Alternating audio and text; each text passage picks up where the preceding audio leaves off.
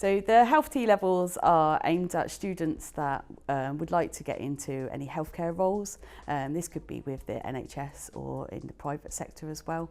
There's so many different roles that they get into. There's like over 350 different types of roles within the NHS itself.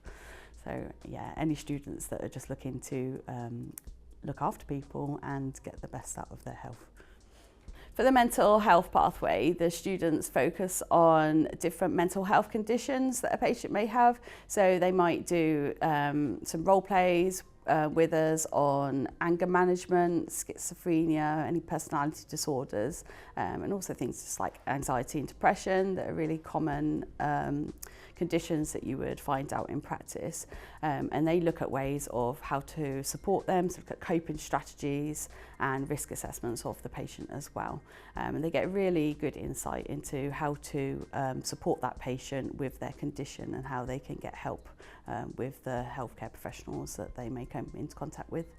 As part of the health T levels, the students get to complete a 315-hour work experience placement.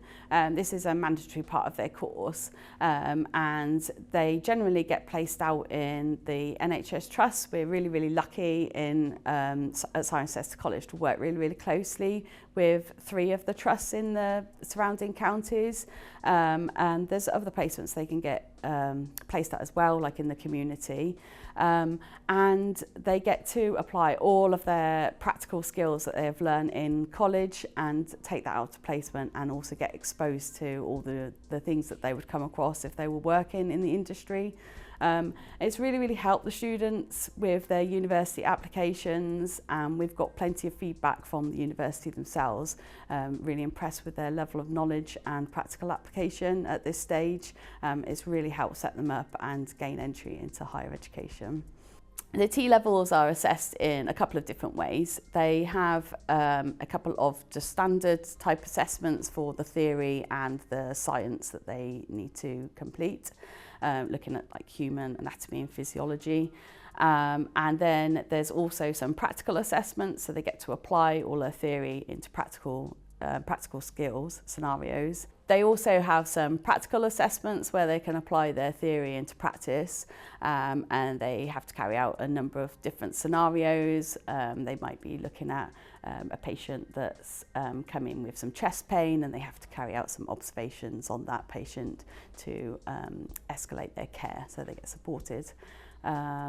And they all sort of take place at the end of the second year, so they're generally assessed at the end of the second year for these T levels. On the T level, we have many different guest speakers that come in and talk to the students. There's loads of different roles within the NHS itself, so we get quite a few a variety of different guest speakers that come in and talk about those different roles and how they got there, what the working day-to-day life is like for each of them. And it really does provide a really good insight for the students to different career options that they may take. Because when they first start, they don't generally have an idea of which pathway they want to go into.